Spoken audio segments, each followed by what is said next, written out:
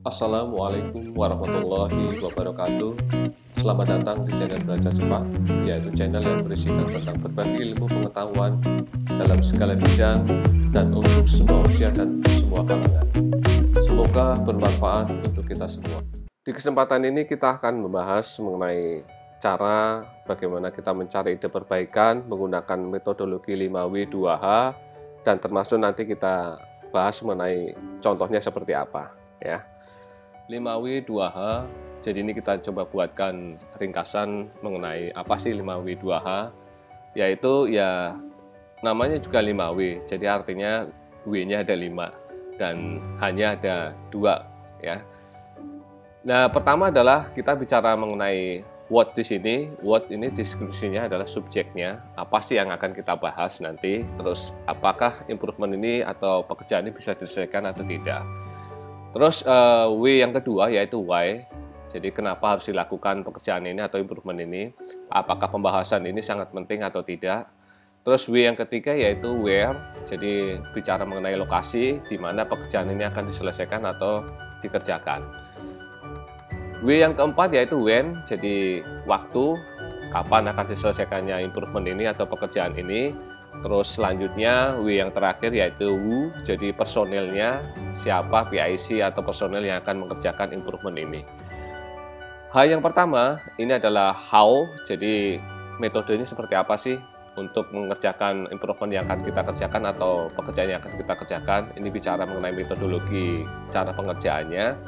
Terus selanjutnya yaitu H yang kedua, kita bicara mengenai biaya di sini ya. Jadi biaya yang dibutuhkan kira-kira berapa. Jadi biaya untuk melakukan improvement ini sampai dengan selesai kira-kira butuh biaya berapa. Nah, ini adalah 5W 2H lengkap dengan deskripsi dan penjelasan secara singkat. Selanjutnya kita akan bahas mengenai contohnya seperti apa. Nah, kita akan coba sederhanakan, kita menggunakan tabel supaya nanti Bapak Ibu atau teman-teman supaya lebih mudah ya dalam mencari ide, termasuk nanti kita akan lihat cost-nya berapa. Bapak Ibu dan teman-teman silahkan bisa buat tabel sesuai dengan kebutuhan, yang poinnya adalah bisa mencerminkan 5W 2H. Nah, kita coba buat tabel seperti ini ya. Nah, ini adalah tabelnya, sudah lengkap, ada 5W-nya dan ada 2H-nya. Nah, bagaimana caranya? Kita akan coba masukkan data-datanya. Pada video sebelumnya, yaitu kita pernah membahas mengenai bagaimana cara kita mencari root cause atau akar permasalahan dengan metodologi Fishbone. Kalau Bapak Ibu dan teman-teman belum sempat lihat videonya, bisa lihat link di atas ini ya Bapak Ibu ya. Jadi nanti bisa dilihat dulu supaya nanti enak dalam kita membuat atau menyusun contohnya nanti. Oke, nah ini adalah contoh 5W 2H dari root cause ini Bapak Ibu ya. Karena ini kecil, kita coba lihat detailnya seperti apa. Kita masuk ke spreadsheet-nya. Nah, ini formnya tadi ya Bapak Ibu ya, 5W dan 2H-nya. Nah, kita lihat sekarang metriknya. Nah, seperti ini Bapak Ibu ya. Kita bicara mengenai main problem ya. Main problem di unsur di sini ada, kita punya 4 ya, ada tools, environment, policy, dan people. Di tools ini ada 2 ya Bapak Ibu. Ini main problemnya adalah dokumen expired dan dokumen banyak yang tercecer. Nah, kita lihat di sini. Nah, ada 2 ya Bapak Ibu dan teman-teman. Nah, di dalam main problem ini kita juga punya 2 root cause ya, X1 dan X2. X1 ini tidak termonitor masa berlakunya dokumen. Kita lihat di sini Bapak Ibu. Nah, ini X1 ini tidak termonitornya masa berlakunya dokumen ya. Terus yang kedua, ini adalah dokumen yang disimpan hanya dirasa yang dibutuhkan ya. Nah, kita bicara masalah what ini di sini ya Bapak Ibu. Ini masih juga termasuk di dalam what, yaitu improvement ID-nya seperti apa. Ini kita kasih inisial S ya.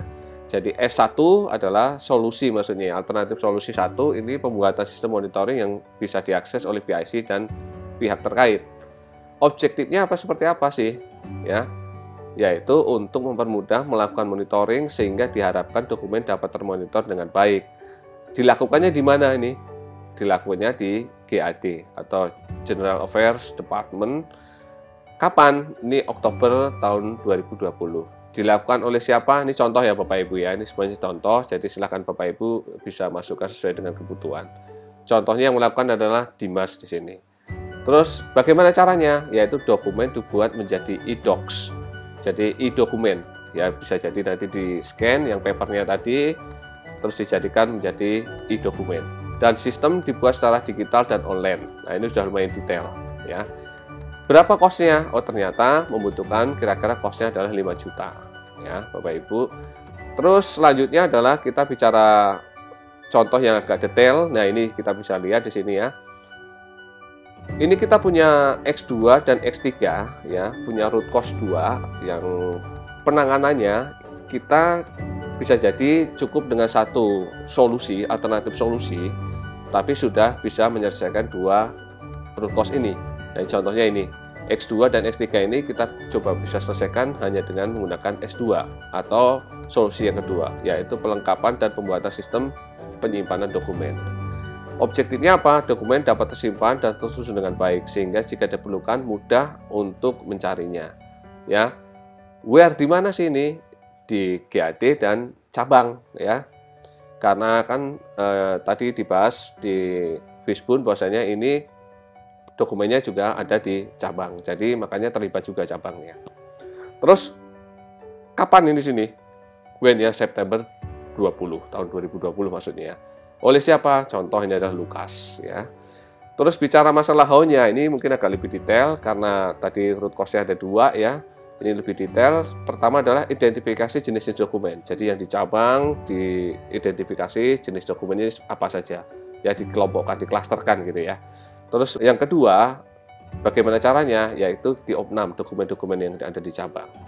Terus yang ketiga, dokumen yang sudah dibuat menjadi e-doc ya atau e-dokumen disimpan dalam satu tempat atau dalam satu server dan bisa diakses sesuai kebutuhan dan skala prioritas. Artinya bisa jadi nanti diatur siapa saja yang bisa melihat ini ya, dokumen ini, dan siapa saja yang tidak diperbolehkan untuk melihat dokumen ini. Itu bisa diatur di sini. Kosnya kira-kira berapa? Nah, kira-kira 7 juta. Nah, inilah cara bagaimana kita menyusun 5W2H ya Bapak Ibu ya. Dan nanti kalau punya X atau punya root cause banyak, jadi tinggal dilanjutkan dengan metode seperti ini. Sementara sampai di sini pembahasan kita mengenai bagaimana cara kita menyusun 5W2H yang biasa digunakan untuk melakukan continuous improvement atau Kaizen ya. Demikian pembahasan kita kali ini. Semoga bermanfaat. Salam indahnya berbagi kebaikan. Terima kasih. Assalamualaikum warahmatullahi wabarakatuh.